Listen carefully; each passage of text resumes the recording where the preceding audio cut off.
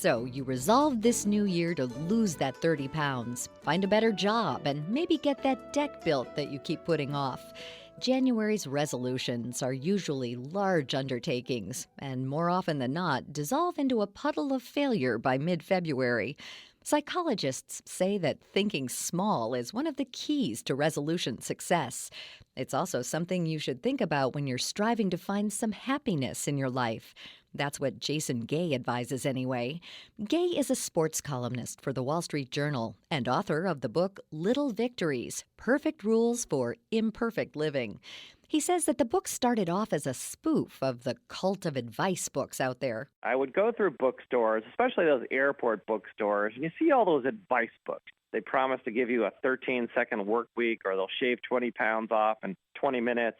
And I just found those advice books so funny, and I wanted to write a spoof of a 21st century advice book.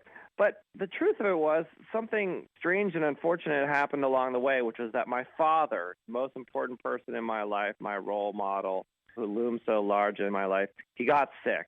And what began as this silly idea, the idea of little victories, that the small things are what in fact make us the happiest. This really became the guiding principle of my dad's life and all of our lives, everybody around him. It was the one-on-one conversations, playing with the grandkids, and taking a walk around the block that brought his father joy during the last months of his life. Gay now cherishes those moments and other small, seemingly insignificant things that make his life joyful, like friendship. He talks about his childhood friend Philip, who moved away in adulthood, but is always willing to take the phone call or show up unexpectedly when things get tough, such as when Gay was diagnosed with cancer. He's my best friend. I'm incredibly lucky to have him around. And like a lot of guys, I think that I've had friends that come in and out of my life, and I'm not always the best at maintaining friendships. My wife, she's amazing at maintaining friendships. She's the person who calls you up, who likes all your photographs on Facebook, who goes to all your birthday parties. I'm not so good at that. But Philip has been someone I've known basically my entire life. And this chapter is about an episode that I went through in my life and how I realized how important Philip was and how a good friendship you can almost just pick right up where it left off. Sometimes the gaps are weeks, months, even years, and it's as if no time has passed. And I certainly feel that way about Philip. But I think as I get older, I appreciate that much, much more. Gay says that we tend to stress out about things that really aren't that important in the long run. Sure, doctors say that stress can shave years off of your life, but he says to save it for the big events, not the trivial day-to-day inconveniences. We can all agree that there are some bona fide stressful situations. When we have a health scare, okay, stressful, I'll give you that.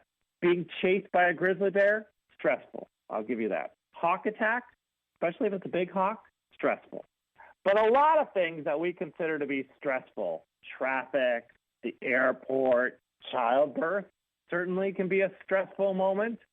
Not your fantasy football team. I wouldn't consider that stressful.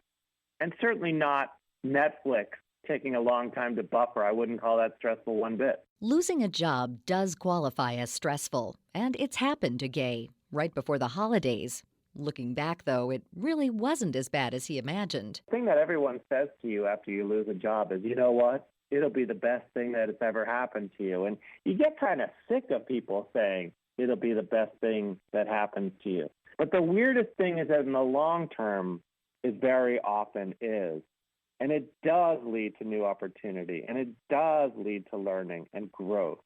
It's a painful thing which I would never wish upon anyone, but I do feel that perspective is helpful. It certainly got me through what was a very difficult episode. Gay credits his therapist, Jerry, for helping him get through that time and giving him the perspective he so desperately needed. The thing he said to me, and I'm going to use the language that we can say on the radio and not what he actually said, but he said, I hate to break it to you, but nobody cares. Nobody cares about what's happened to you. You need to get over your pity. You need to get over your feelings of humiliation.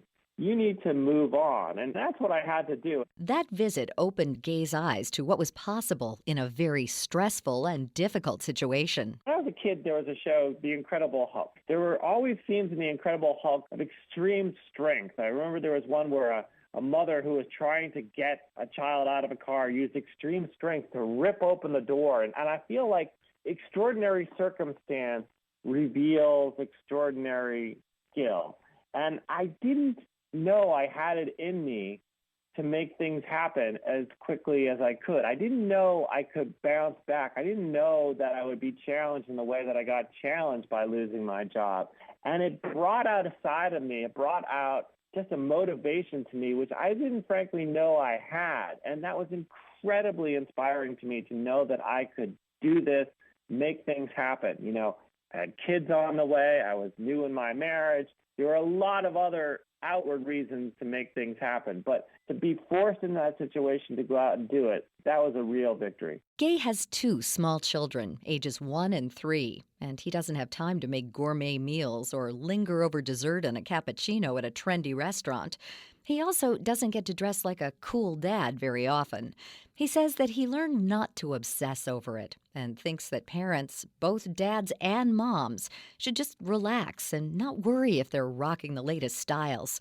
He certainly isn't. There are the dad jeans. There's a jacket that probably has a few spit-up stains on it from when my kids were little.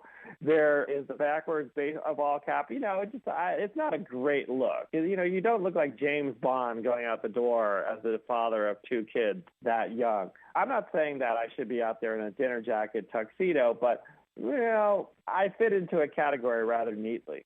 I think you need to grow a little bit comfortable in your own skin and realize that, look, even if your jeans are a little wide, even if you don't really have that great look, that no one's going to hold you to some sort of impossible standard. You're just trying to get through this as best as you can, so be comfortable in your own skin. Gay says that his own dad and the time he had to spend with him before he died is the thread running through the book. The small events he shared with him are the ones he came to treasure the most. One takes place when his dad is in the hospital and things aren't going well for him. Gay's brother is at a Red Sox game in Boston, the family's hometown, with his 11-year-old daughter who had never seen Fenway Park.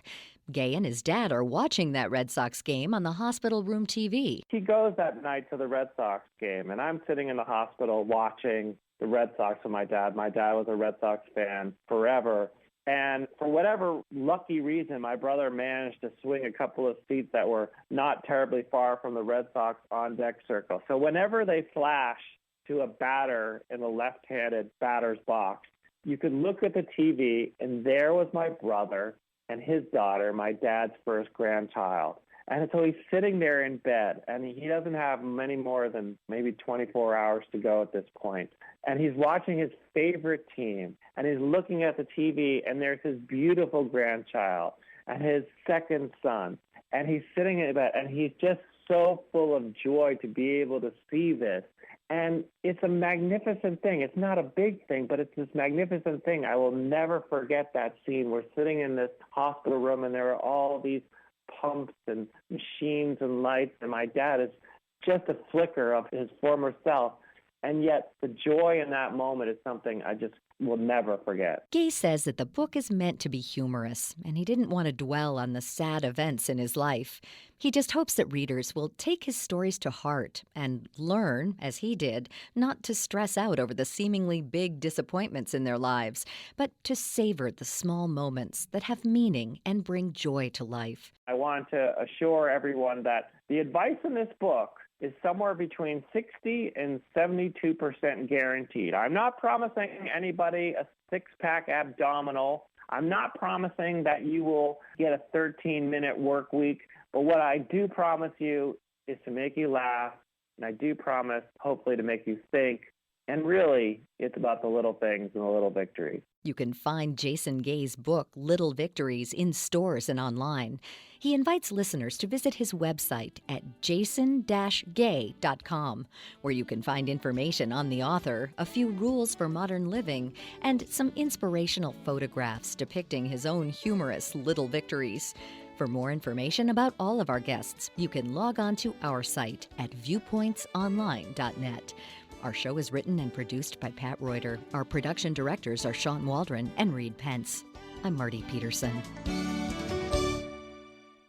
Quaker is on the hunt for America's next great oatmeal flavor with the Bring Your Best Bowl contest. Simply submit your oatmeal flavor using 2 to 5 ingredients along with your creative inspiration for a chance to win $250,000 and inspire Quaker's newest oatmeal flavor. As an actress, cooking show host, and mom of 2, Tiffany Thiessen knows a thing or two about tasty creations. I'm excited to be a part of Quaker's Bring Your Best Bowl contest because I love the endless combinations you can cook up with oatmeal. From savory to sweet, for breakfast, lunch, or dinner, there are so many yummy ways to enjoy it. Enter your oatmeal submission now by visiting bringyourbestbowl.com.